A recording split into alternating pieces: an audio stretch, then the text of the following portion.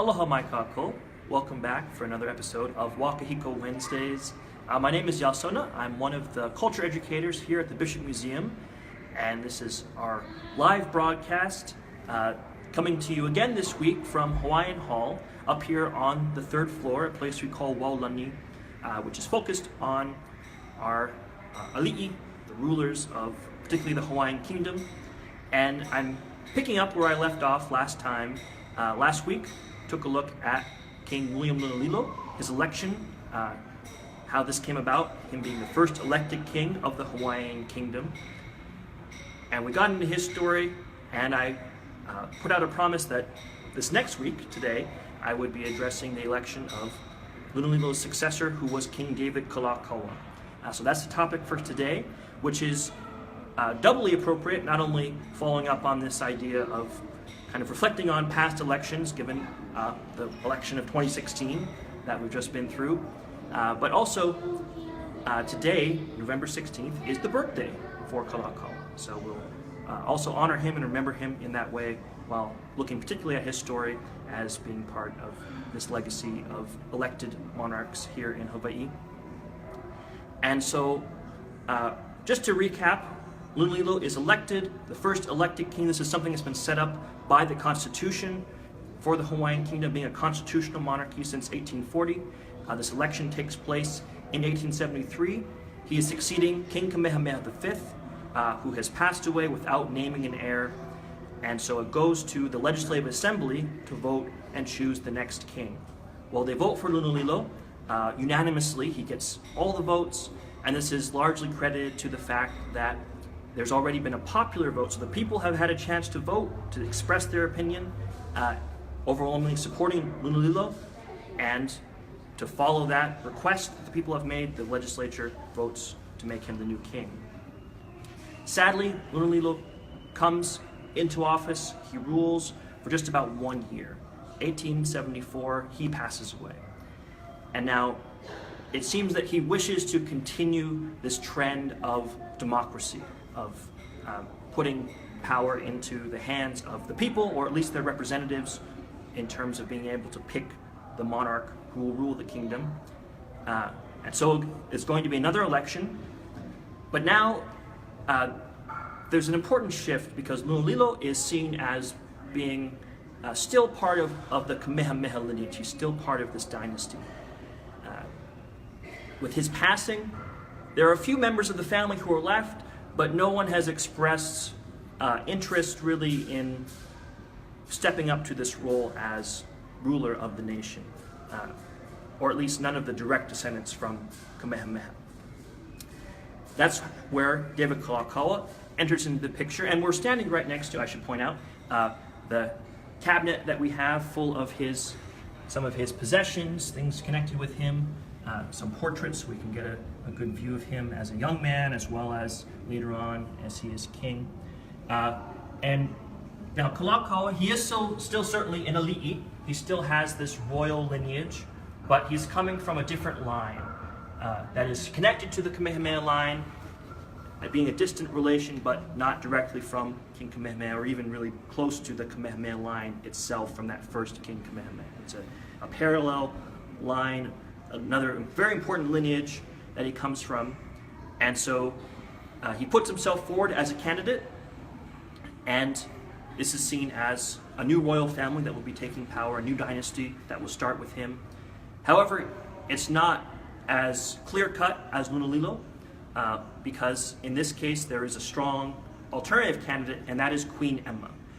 Emma was the wife of King Kamehameha IV. She ruled as queen through that marriage when he was king. The king passes away. Now she is still the former queen, but is putting herself forward as a candidate to reign as queen, who was actually the leader of the nation. She herself is descended from one of Kamehameha's brothers. That was her great-grandfather. She also has another significant ancestor who is John Young. He was one of the British advisors that served King Kamehameha, helped in the efforts by Kamehameha to unite all the islands, partly through conquest, which involved using the new technologies that had come with Western contact. And so because of that, she has part of her ancestry coming from this British side.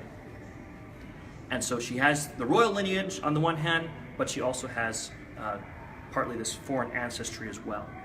And so this is going to come into play in the election.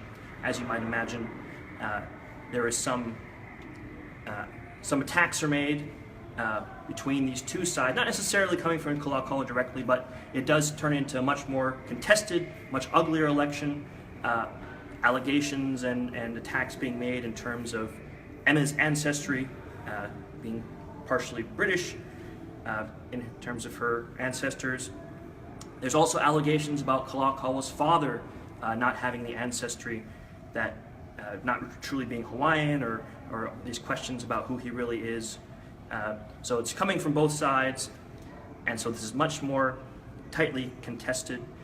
We can see here, these are replicas showing us some of the announcements that are put out by these two candidates, putting themselves forward right after the death of Lunulilo, both explaining why. On the one hand, we see Emma Kalākaua putting herself forward, as well as David Kalākaua also putting himself forward as a candidate.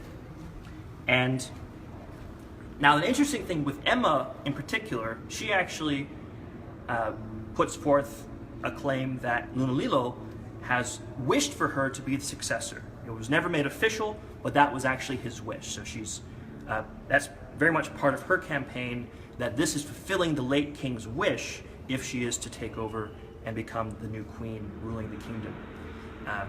So that's one of the interesting things that's going on. It's a lot going back and forth.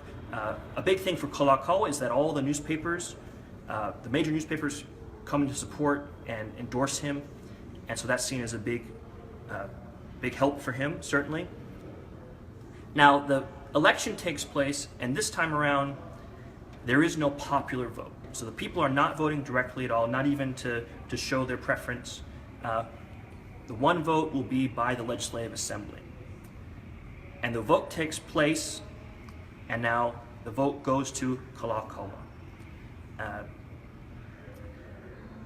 It's felt that for a large part, this is coming from his support with the other islands. So the vote is taking place in Honolulu. Already Honolulu, Oahu, is the population center, but Kalākaua is seen as having support throughout the nation, and so that's coming into play to help with his support. Emma's support is really centered in Honolulu on Oahu. So the vote comes into Kalākaua's favor, but there's a big crowd of people. For the most part, the people who are gathered outside waiting for the results of this election are supporters of Emma, and they're expecting to hear very good news. And in a way, this is echoing what has happened just 1 year earlier with the election of Lunulilo. There is, of course, another crowd outside waiting to hear what the legislature will say. And they want Lunulilo to be declared king. He is declared king. He, of course, wins that election unanimously. Well, this time, the crowd is outside.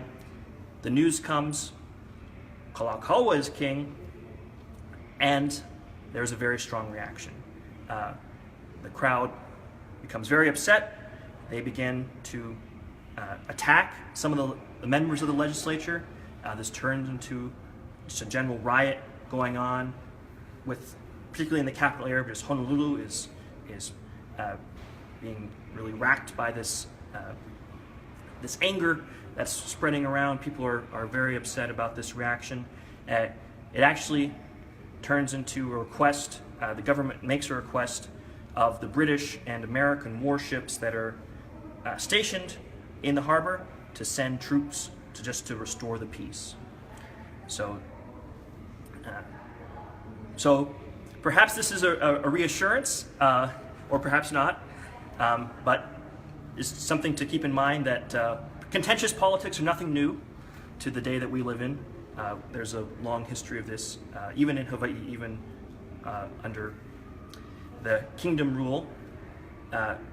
And so going forward, this is going to be a very different sort of rule for Kalākaua.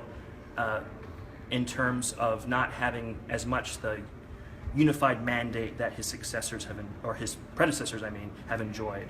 That there is this strong faction in the legislature and in the population as a whole that are the supporters of Emma, that wish to see her queen and are very disappointed with what has happened and will oppose Kalākaua politically throughout his rule. But he is still able to accomplish many things. We, of course, remember him as the Merry Monarch, remember his great contribution to hula, and bringing that back into a wider practice, helping to revive that art form, building the grand Iolani Palace that we still get to see today, taking a trip around the world. And so, this being Kalākaua's birthday, I want to make sure that we remember him fully, not just the very contentious beginning to his rule, but also the many things that he accomplishes while he is king. But with that, I think I've said enough for this week. So we'll have nothing to do with elections next week, I promise. We're going to move on to a totally different topic. So you can join us again next week for another WāKahiko Wednesday. I've been Iāsona, again coming to you from the Bernice Polohi Bishop Museum. We'd love to see you in person. Come visit and get to learn about all of our ali'i and see all the other things that we have. Or you can also visit us at our website, bishopmuseum.org. Ahui ho, we'll see you again next week. Mahalo.